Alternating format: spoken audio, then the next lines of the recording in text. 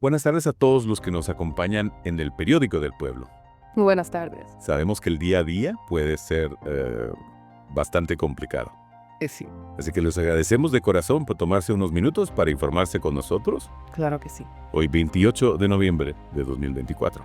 Ajá, Tenemos noticias que, como siempre, afectan directamente nuestras vidas. así es.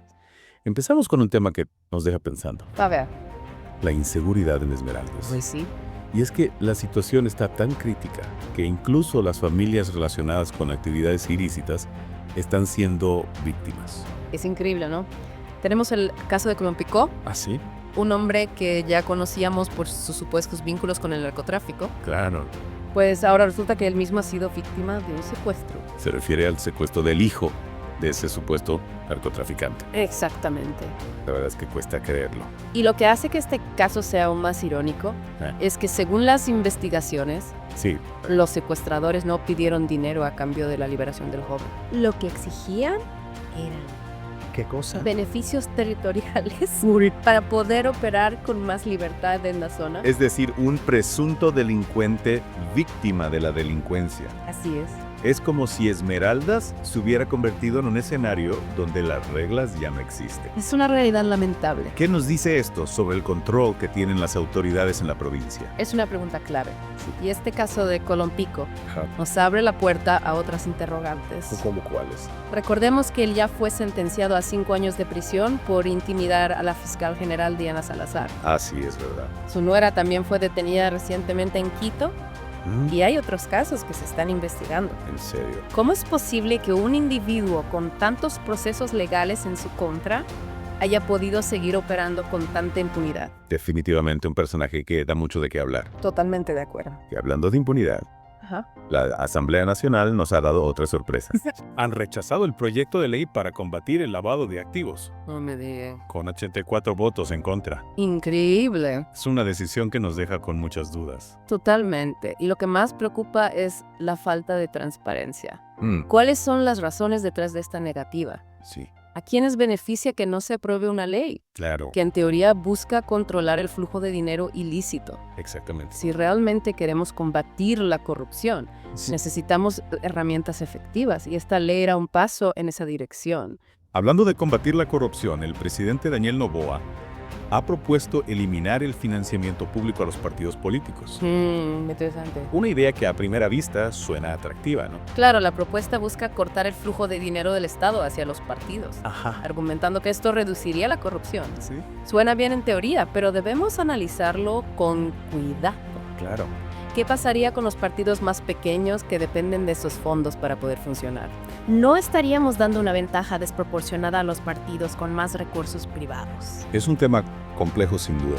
Así es. Y es importante que se genere un debate honesto sobre las consecuencias reales de esta medida. Estoy de acuerdo. ¿Es realmente la solución al problema de la corrupción o estamos simplemente cambiando un mal por otro? Exactamente, necesitamos analizar las alternativas, las posibles consecuencias y sobre todo escuchar las voces de todos los sectores involucrados, Por supuesto. porque al final del día quienes sufrimos las consecuencias de la corrupción somos los ciudadanos. Cambiando de tema, pero sin dejar de lado la importancia de un futuro sostenible, A ver. llega una noticia positiva. Así. La central hidroeléctrica Mazar Ajá. ha anunciado la implementación de paneles solares flotantes. Interesante. Su objetivo es generar 200 megavatios de energía limpia. Qué bien. Una buena noticia para el medio ambiente y para el desarrollo energético del país.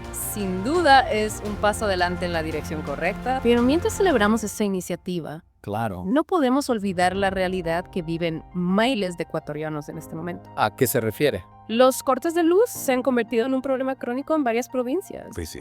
Azuay, Cañar, Morona, Santiago, Guayaquil, Cotopaxi, Quito.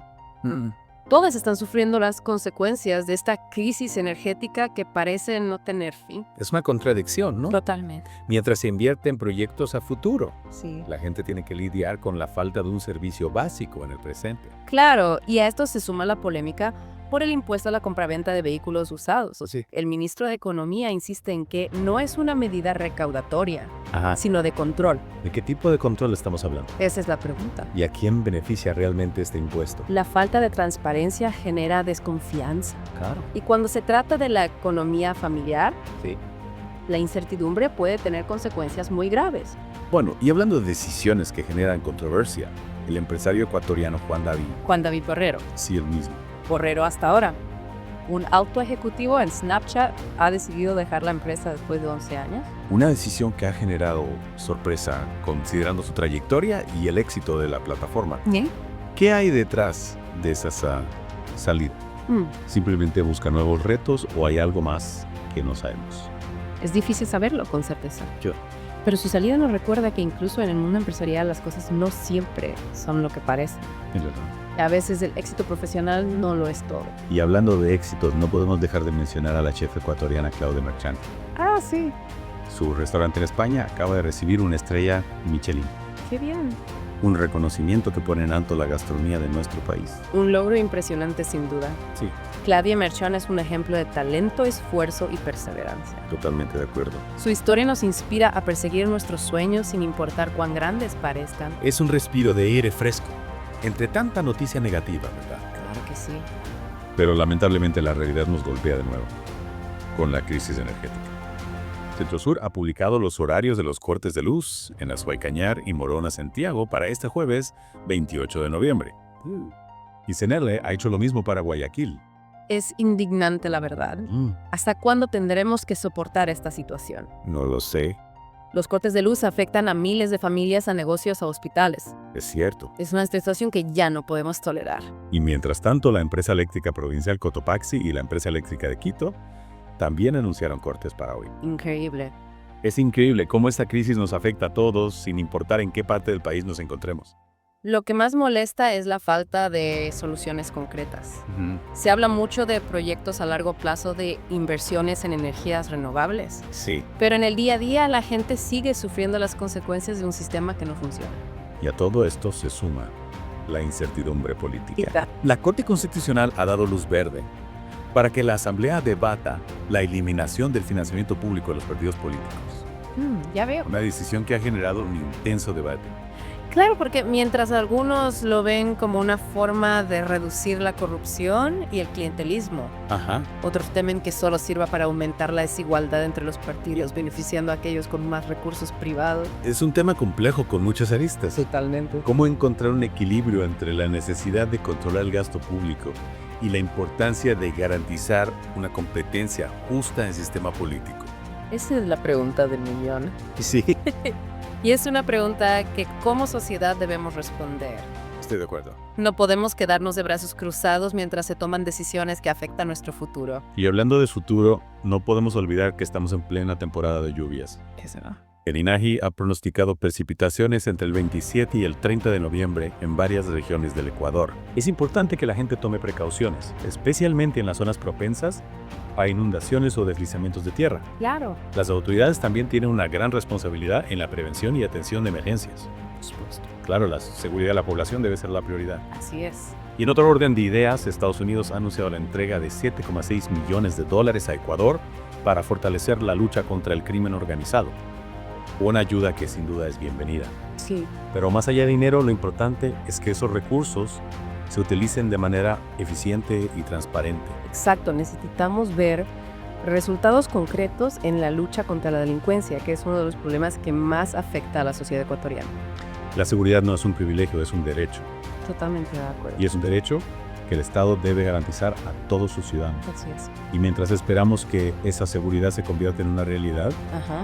la Asamblea Nacional sigue debatiendo la ley urgente de alivio financiero. Una ley que de aprobarse podría aliviar la situación económica de muchas familias ecuatorianas.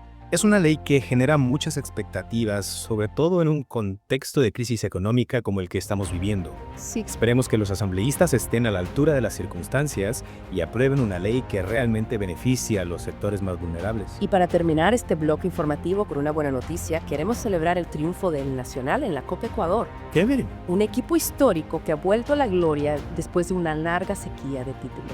Una victoria que nos llena de alegría y que nos recuerda la importancia del deporte en nuestra sociedad. sociedad. Es cierto.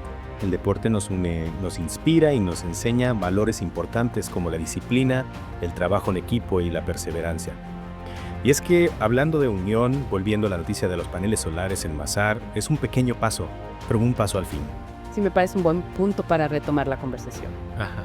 Aunque la crisis energética es una realidad innegable, Claro. también hay iniciativas que nos dan esperanzas. Exactamente, es como si en medio de la tormenta viéramos un rayo de luz.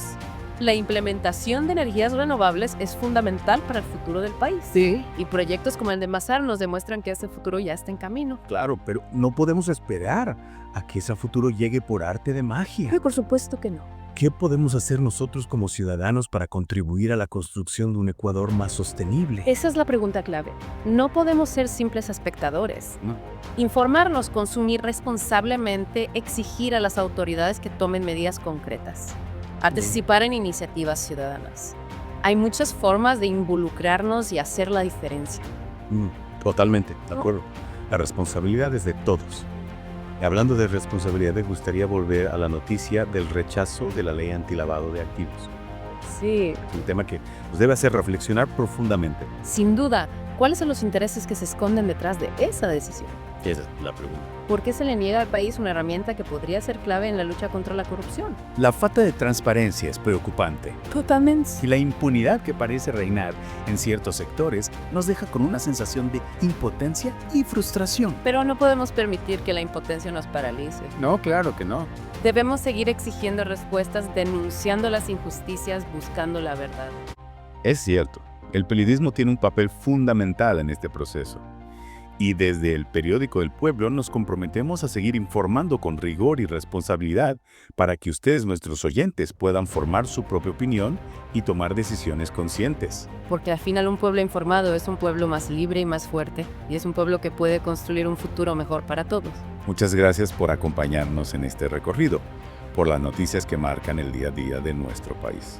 Los invitamos a seguir conectados con el Periódico del Pueblo, su fuente confiable de información. Hasta la próxima y que tengan un buen día.